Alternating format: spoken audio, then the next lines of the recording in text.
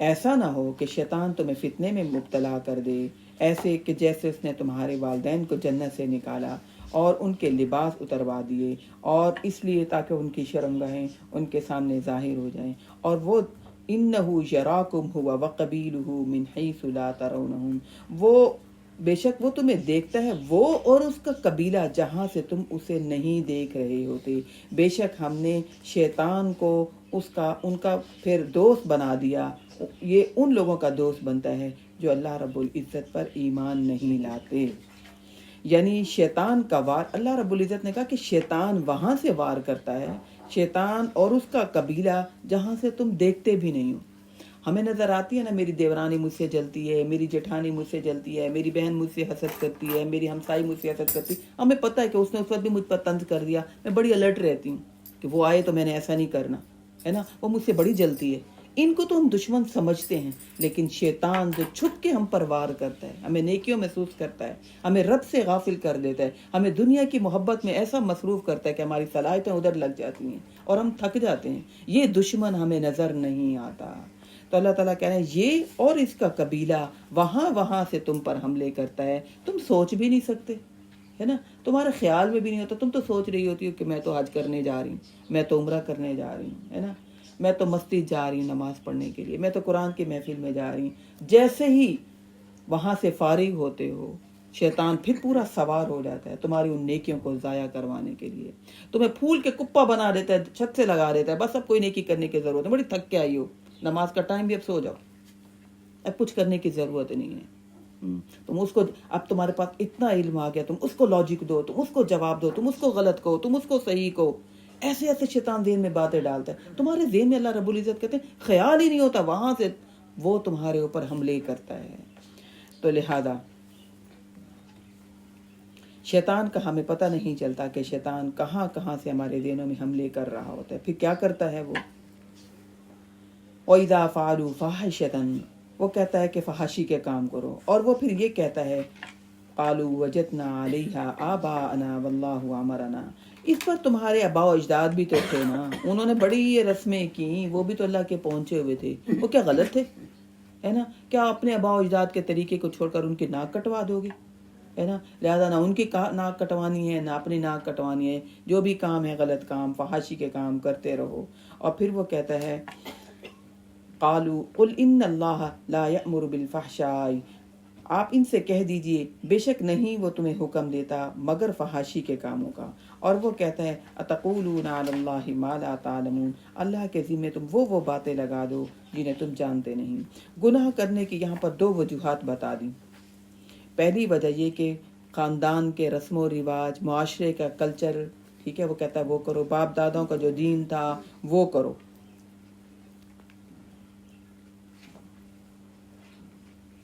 دوسرا کہتا ہے کہ یہ بات کہ اللہ نے یہی بات کہی ہے، سبھی کرتے ہیں لہٰذا تم بھی کر لو، وہ فلاں دیندار کر نہیں رہے، وہ عالم کرتے ہیں، ان کے بچے کرتے ہیں، تم بھی کرو، دین میں ہوگا نا جائز۔ تو شیطان دو باتوں کی وجہ سے گناہ کرواتا ہے، ایک تو کہتا ہے کہ بڑوں نے کیا تم بھی کرو، دوسری بات یہ کہتا ہے کہ دیندار لوگ کرتے ہیں لہذا تم بھی کر لو، یہ بات ذہن میں ڈالتا ہے۔ تو شیطان گناہ ان دو باتوں کی وجہ سے کرواتا ہے۔ تو لہذا کہہ دیجئے میرے رب نے تو مجھے انصاف کا حکم دیا، نیکی پر قائم رہنے کا حکم دیا، اور وَأَقِيمُوا وُجُوهَكُمْ، اور ہر مسجد میں نماز کے وقت اپنی توجہ اسی کی طرف رکھو اور اس کی حاکمیت تسلیم کرو، وَادْعُوهُ مُخْلِصِينَ لَهُ الدِّينَ، اسی کے لیے خالص ہو جاؤ، کما بدأکم تعودون، جیسے اس نے تمہیں پہلی دفعہ پیدا کیا تھا وہ تمہیں دوبارہ بھی پیدا کرے گا۔ ایک فریق نے تو اس ہدایت کو قبول کر لیا اور دوسرے فریق نے گمراہی کا راہ اختیار کر لیا۔ بے شک جنہوں نے شیطان کو دوست بنا لیا اللہ کے علاوہ، اب وہ گمان کرتے ہیں کہ بے شک وہ ہدایت کے راستے پر ہیں۔ اللہ رب العزت کہہ رہے ہیں کہ جب انسان اللہ کو چھوڑ کر شیطان کو دوست بناتا ہے تو شیطان بھی پھر اس کے ساتھ مستقل لگے رہتا ہے اور پھر دھوکے دیتا رہتا ہے اس کو۔ تو اللہ کو دوست بنانا ہے، اللہ کے نیک بندوں کو دوست بنانا ہے، شیطان کو بھی دوست نہیں بنانا اور گناہ کے کام کرنے والوں کو بھی دوست نہیں بنانا۔ اے بنی آدم، بنا لو خوب اپنی زینت عند کل مسجد، جب بھی تم مسجد میں جاؤ،